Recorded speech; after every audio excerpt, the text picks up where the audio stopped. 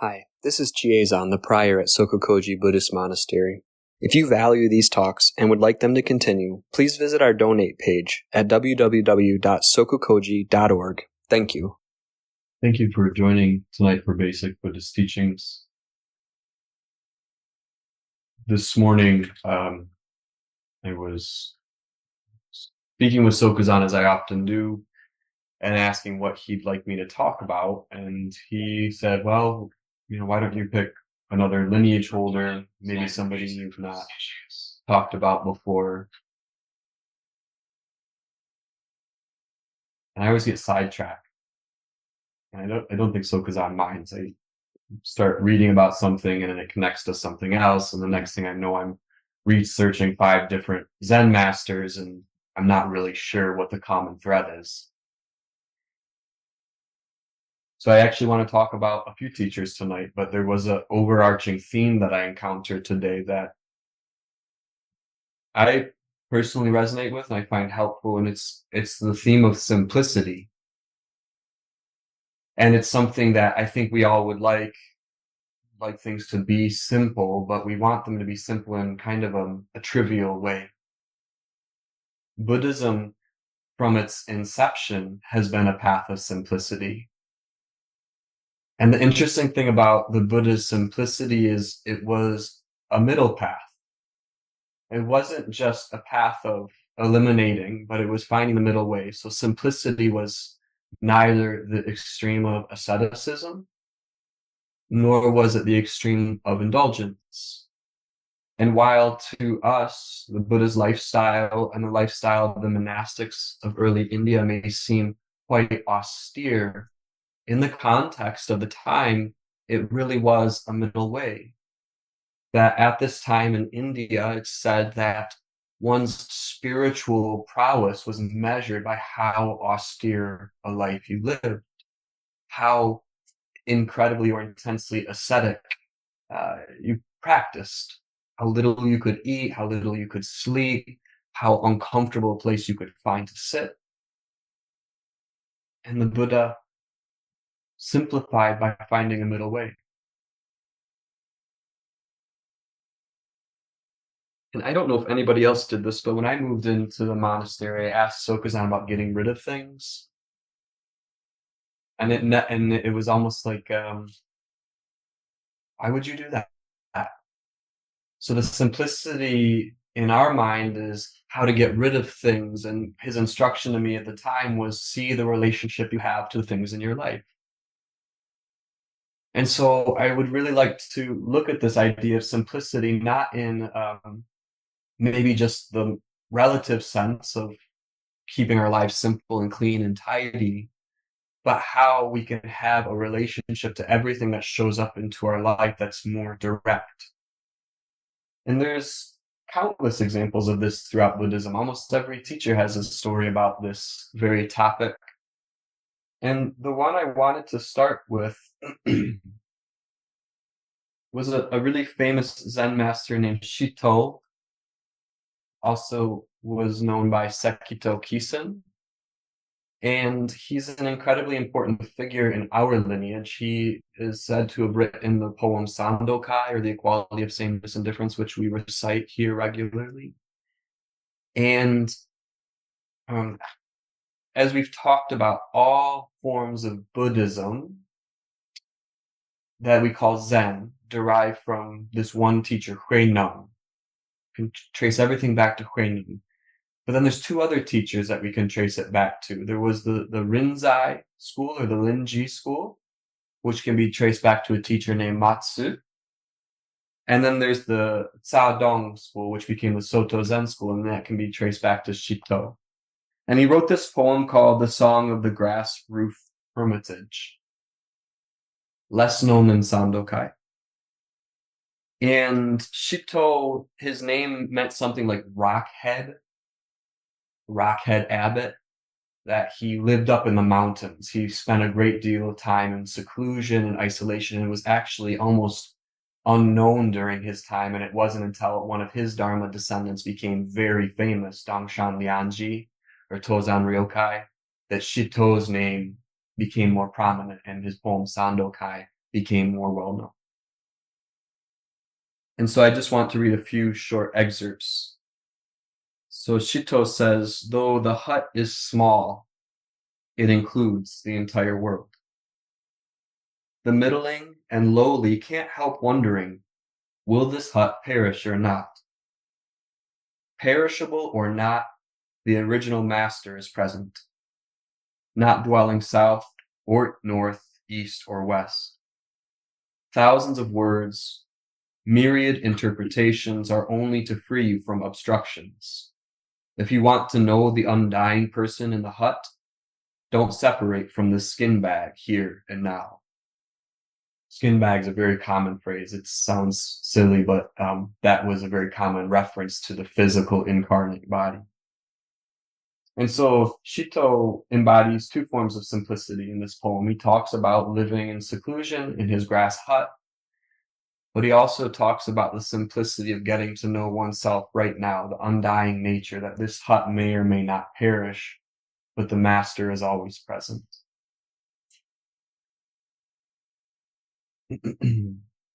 He had a profound effect on Buddhism going forward. And the next teacher I wanted to share about was a Zen master named Hakuin. All mixed up. And Hakuin expanded on Shito's idea of this grass hut hermitage. And I really liked what Hakuin had to say. And Hakuin is credited with reviving Rinzai Zen in Japan in the 18th century. He was a bit unconventional, a bit outlandish. I know Yudao has spent some time studying him. And what's interesting is he never received Dharma transmission. He was not a transmitted priest, and yet he is one of the most recognizable Rinzai masters in Japan. And so this poem, which showed up probably about 900 years later, much later, references this grass hut hermitage. And Hakuin says, while many of us have pined for the likes of a grass hut hermitage to live and practice in, meditation in the midst of activity and the chaos of urban life has a depth and value more of us are coming to appreciate. Rather than create a dichotomy of mountain, retreat, realization versus city, distractions, compulsion, why not a mind that doesn't create division? Why not a practice that works anywhere? Not that the refreshment of the mountains doesn't have a place for us, but why not create a life that is just enough right where you are? Instead of engaging the mind where everything is, never quite right, and we are always seeking for that just right place to train, we can return to the grass hut hermitage within that. We can return to the grass hut hermitage within that is always there for us, not dependent on outside circumstances. Make your upper garments into a monk's robe. Make your chair your sitting cushion. Make the mountains, rivers, and great earth the sitting platform. Make the whole universe your own personal meditation cave. This is the true practice of the sages of the past and of today.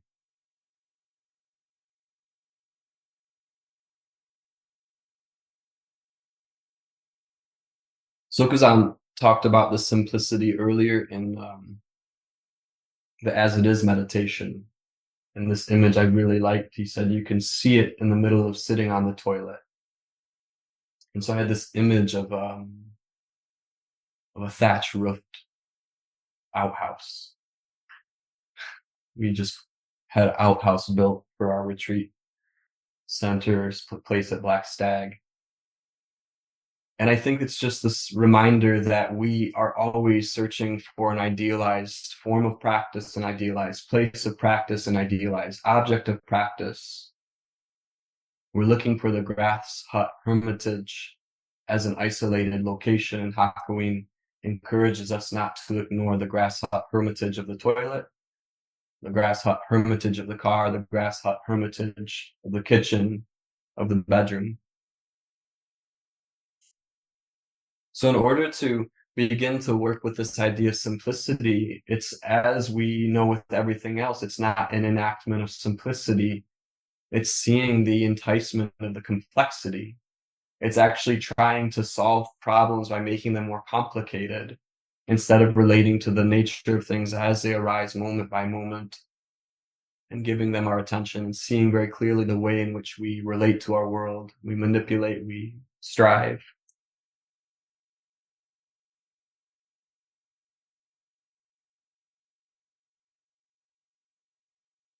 I was reading a lot. I've got so much that's much better than what I have to say. I just got two more. And I thought this one was particularly funny. And this comes from Red Pine. He wrote this book, Road to Heaven. He was searching for hermits in China.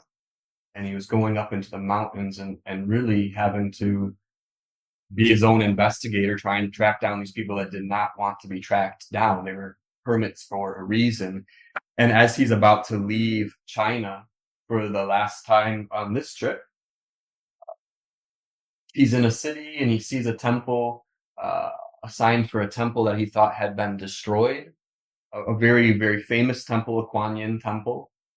And so he follows the sign and he encounters these monks in the middle of the city and he says to them, I was visiting hermits, and they laughed. One of them said, then you've come to the right place. We're all hermits here. I couldn't help but laugh too. The monk's name was Ju Cheng. He was obviously the abbot, though he denied it. He said he was too dumb to be an abbot. Then he explained that Wolong Temple refused to have an official abbot. He said, if we choose an abbot, he has to be approved by the government. We prefer to be left alone. That's why we don't fix up the temple. The government has offered us money to repair the buildings, but this is a Zen temple. We don't need fancy buildings. Fancy buildings just attract tourists. I smiled and told him this was the first time I had met city hermits. He laughed, and so did I, and then I remembered the Chinese saying, the small hermit lives on a mountain, the great hermit lives in a town. Having nothing left to say, I bowed and said goodbye.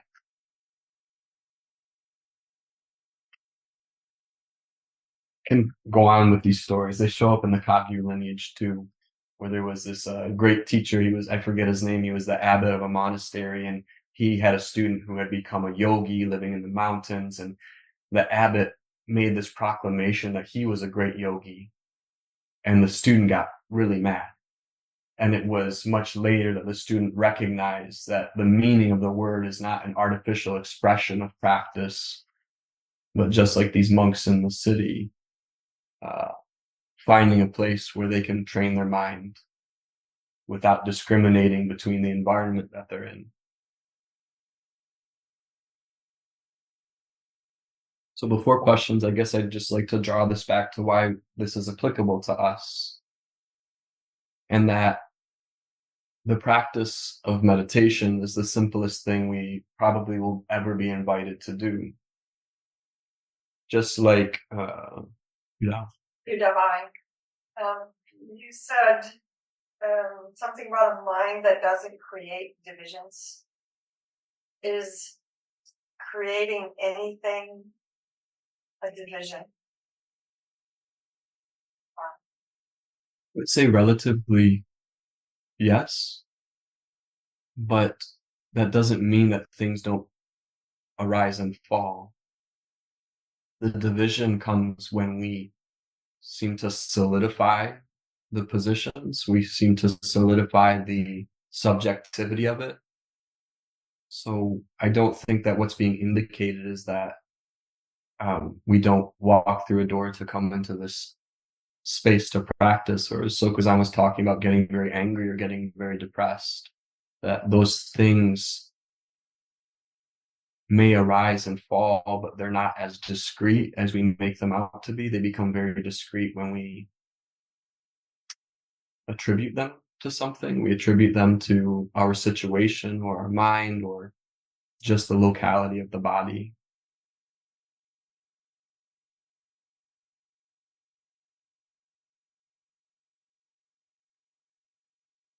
You know, when you're bowing, I can't remember which of the masters you said was profound master, but was never transmitted. Hakuin.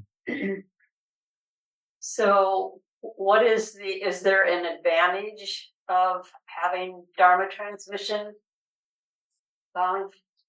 The advantage of Dharma transmission would be for the benefit of those around you. And as we know, particularly in the Mahayana tradition, there are countless great teachers that were not monastics. And so I think that it's really a matter of what is of benefit to those that you're engaging with. We have a sutra about it. The Vimalakirti Sutra addresses this profound realization in the lay practitioner. So the advantage probably is not so much to the individual receiving the transmission, more so to the needs of those that are around them. You're bowing. So in order to become a great teacher, like Hakuin evidently did, was there some transmission that was given to him by those who followed him? Bowing? I don't know his story as far as his lineage transmission in a formal sense, like who his teacher was and who then he taught. I feel that, again, the external expression of Dharma transmission, for me, it functions as a container to help me return. But I think that it's not something that can be relied on. If we rely too heavily on this artificial hierarchy, we become more concerned with being able to continue a lineage of form and image as opposed to a lineage of essence. So in Hakuin's case, I can't speak to him, but it seems that if one sees clearly and they're able to teach that situationally to those around them, that's much more important than any form of sectarianism or hierarchy or tradition that often is grasped at. Bowing. So for someone who's fully ordained as a monk in our Soto Zen lineage, is Dharma transmission something to aspire to? I can't say. Some people would probably certainly aspire to receive that in a formal sense. Somebody may just have the natural inclination to be inspired to teach and continue the lineage, and others may not. So I don't know that a standard can be set up around that. I didn't argue with Sokuzan, but I definitely had some discussions with him and my concerns about him transmitting me. And in the end, his certainty was enough for both of us. That if he, as I've said to people when they say, should I be ordained or should I receive Jukai? And I say, well, what does Sokuzan say? And if he says yes, then, give him the benefit of the doubt and endeavor as best as you can. So I don't know individually how people relate to that. The idealism around teaching will inevitably destroy itself, just the actual situation, the difficulty. And I think it's not just through teaching, but just engaging with Sangha, we really see what we're asking to be a part of, which is the difficulty of our world. Yoka? Yoka bowing. When we're discriminating and creating stories in the middle of that, what is the simplicity? The simplicity to me is not necessarily something, again, that we would recognize, but it's something we can try to talk about. The simplicity is seeing that dependent origination is coming together and that there's nothing that we need to do to modify or interrupt that. And as I said on Wednesday, it doesn't mean inactivity, but it means a great deal of awareness or attention to what is moving.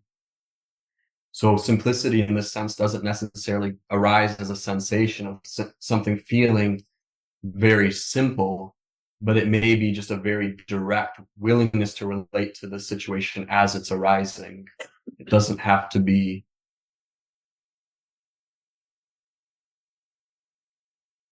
I guess I would just say it that way, just a willingness to relate very directly to whatever's arising, no matter how complicated or complex it appears.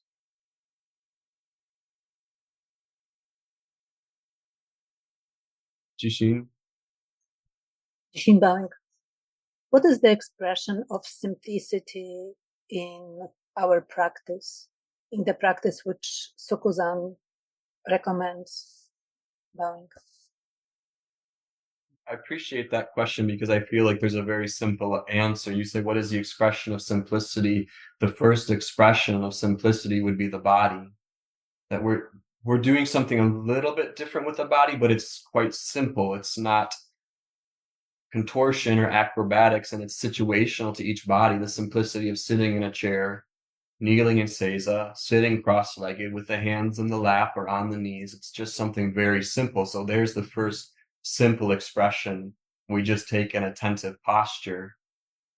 From there, the simplicity of the expression is seeing that what arises in the consciousness of sight, smell, taste, sound, touch, and mind doesn't need to be modified in order for us to practice. So the practice is very simple, and yet what arises in the consciousness may appear very complicated. But that complexity of mind or emotions or feelings doesn't disrupt the simplicity of the intention to be with what arises. So again, we're not talking about simplicity in the way that we're not having anything arising, although we do reduce input by facing the wall. But we're talking about a simplicity of an instruction that just says relate to what shows up. Just look at what shows up. Thank you. Shoka, Shoro. Shoto bowing. Is there a relationship between simplicity and effort? I know the word effort shows up because of the Eightfold Noble Path, or even in the Paramitas as exertion. I resonate with Sokuzan's teaching around intention, and I'm not saying that he would necessarily use those interchangeably, but if we look at simplicity and intention, and I'm deviating from your question a little bit, intention is very simple because it's not based on fruition as it's taught here, that it's just something we return to, so it can have a softness, it can just have a touching that may not be always associated with effort or exertion as we consider it. There's still a lot of exertion on the path, but we also find that some of that energy for that exertion is quite spontaneous. There are times where that's not the case in practice, but a lot of times we find ourselves exerting energy and it being tiring, and yet it's really not a matter of choice. Shoto bowing. Is there a way simplicity shows up for you on the path, or for you, that you feel inspired to share with someone if they were asking about that or just starting out, like something encouraging? I think for me, just sharing the practice of Shikantaza. I don't know if we've talked recently, but I don't have a lot to say right now. And my simplicity is being a little bit in the midst of my own not knowing right now, an intense sense of not knowing. And so the lucky thing is I can just continue to return people to Sokuzan. So I don't know, just a greater appreciation of seeing when Sokuzan says you're not that special, that also is a tremendous relief, and that you don't need to modify or fix anyone's situation. You don't even need to encourage them particularly, although situationally you may.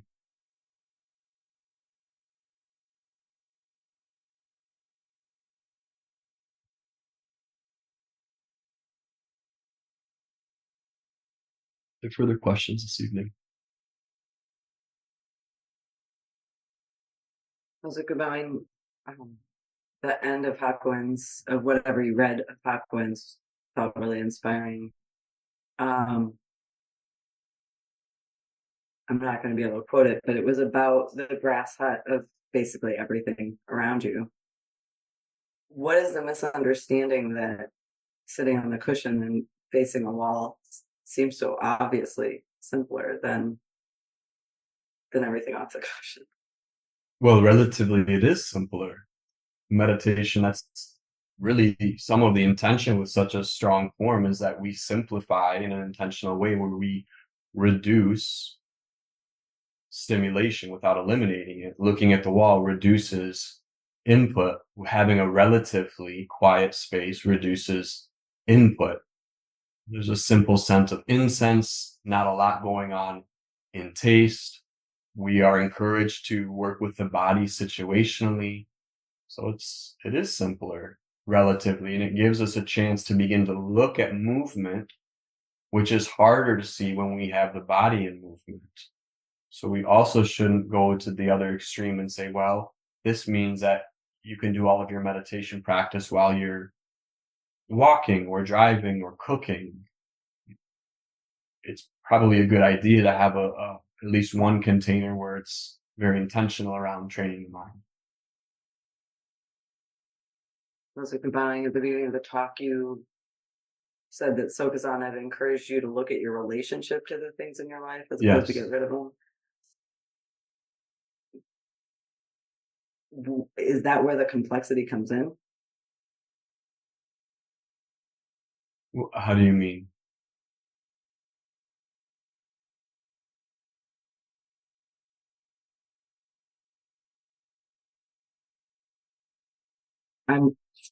It seems like such a dumb question, but my question really is, what creates the complexity off the cushion? What creates the complexity off the cushion? I don't think the complexity particularly is created. There's just a tremendous amount of grasping that we're more likely to be seduced into when the body's in motion. We are much more likely to fall into habituation when our body turns to autopilot. I do this all the time. My body just starts moving, and because of such, I knock a lot of stuff over. I just start moving. There's no thinking, and not in a profound way, like kind of in an artificial ignorance, like a type of ignorance. So the complexity off the cushion is just we tend to fall back into habitual patterns, conditioned relationships to what we're seeing, familiar situations we play our role in, and the meditation practice seems to provide a brief gap where we can look at that, which is otherwise difficult to see.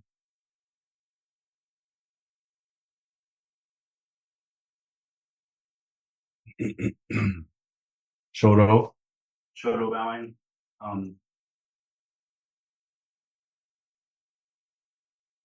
Is there a difference in the practice we get out of the space? Like I'm thinking you were bringing up the grass hut that's actually a grass hut and then practicing in the city. Is there a different quality of practice in those situations? Relatively, yes. And Hakuin even says, there's still a place for the mountaintop in our practice. So he's not saying that that's a misunderstanding of practice, just as we have now 2 retreat huts for practitioners to go and practice in solitary retreat, or even a monastery for us to come and have concentrated practice. So relatively, yes, there's strong contrasts in what is going to show up when we're isolated. I think a lot of us have found sitting out at the retreat hut Shugyoan is quite pleasant. It's just a nice shift. There's not as much noise. There's green everywhere. There's animals. A nice, comfortable place to sit. So it seems that both are quite valuable. It provides some sort of contrast so we don't become too conditioned in one location, one spot, one form of practice.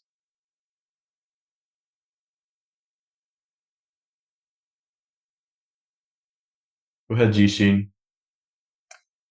Jishin bowing. So following what Shodo asked, Hakui said in his poem, "Why not a practice that can be practiced anywhere?" What would be that practice? Bowing. I think as practitioners, the practice would be shikantaza, and that shows up just in the diversity of places that we practice in this small group. That most of you have spent time in the zendo, and some of you have sat in your bedroom. I've sat in a closet before. You just find a place to sit. Maybe you do find a tree to look at. But that practice is not limited to some idealized isolation of a mountaintop or a thatch roofed hut. So shikantaza. I think also what Shito was pointing at, that whether the hut perishes or not, the master is always present, that what we're endeavoring to look at, we don't have to cross mountains to see, we don't have to, sit somewhere that we've never sat before, that wherever we go, it's right there. I believe that's part of what Shito is pointing at. Thank you. Jushin Bowing. So is there any practice, I don't know whether Hakui is recommended any other practice for people who live in the city, in the town, and not necessarily limited to sitting in front of the wall? Bowing. Well, Hakuin was part of the Rinzai lineage, so koan practice was also used heavily. And there's something called a huato. I don't know if I'm saying that correctly, but a huato would be like a turning phrase. And it would be something that may be a very distilled version of a koan. Like you might just repeat, don't know, don't know, don't know, don't know. Mu. That koan that does a dog have Buddha nature? Mu, or empty. So you might just moo, moo, moo, empty, empty, empty. So those would be some of the practices that Hakuin would have also taught, being a part of the Rinzai lineage.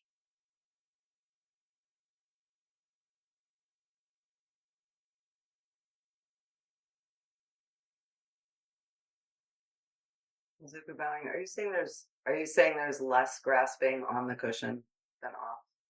I think that our ability to see the grasping is greater on the cushion initially than off.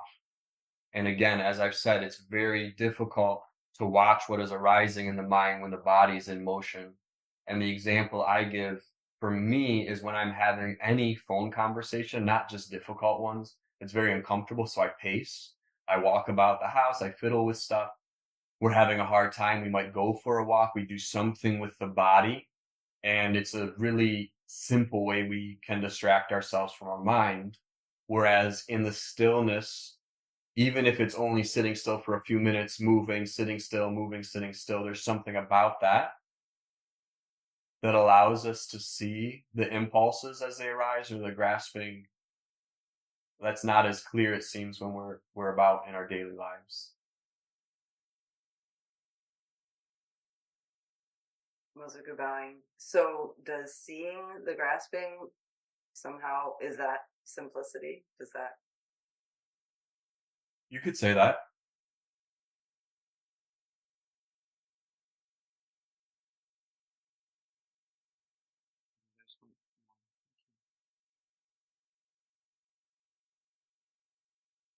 There was just one more thing I wanted to share this evening.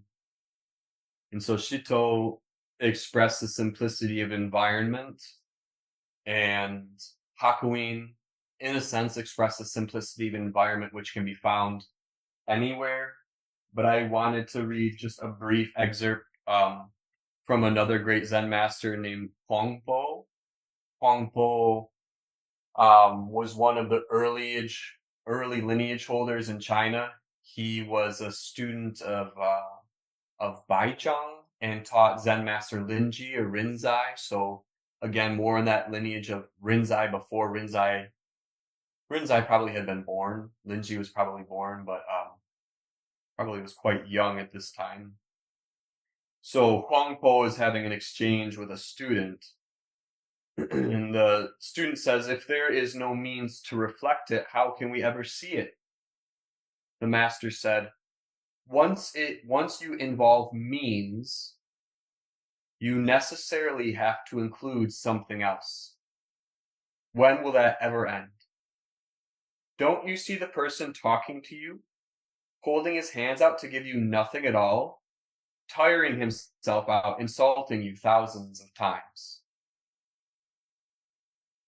He goes on, and does that person see the reflection as also nothing? The master said, if it is nothing, why is it reflecting you? Don't go around talking in your sleep with your eyes wide open. Knowing 100 different things doesn't compare to not looking for anything. Nothing is more important. A person of the way is someone free of concerns. In truth, there aren't any other kinds of mind or anything else meaningful to talk about. Since we are done, you may as well leave.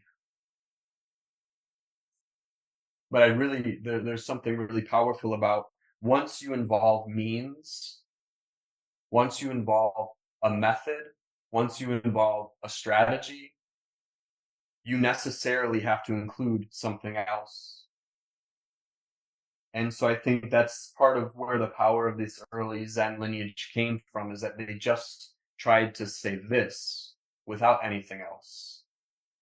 Not dissimilar to how Sokuzan teaches, not dissimilar to how we see the teachings arising in the Kagyu lineage or the Nyingma lineage. But there's something very concise about Huangpo says, once you include means, you necessarily have to include something else. And so that's simplicity, that we can sit meditation for meditation's sake. And that may not show up right away, but we can continue to return and acknowledge to ourselves that we're just sitting, we're just sitting, we're just sitting. And we may still have the impulse to look for results, and we may even be able to find something that we can say is fruition or a result of practice, but then we return back to just that gesture of sitting. SokukoJi, I just want to thank you. You just answered the question I was having trouble asking. Very good. Thank you. Stand and dedicate the merit. Hi, this is Chiezan, the prior at SokukoJi Buddhist Monastery. If you value these talks and would like them to continue, please visit our donate page at www.sokukoji.org. Thank you.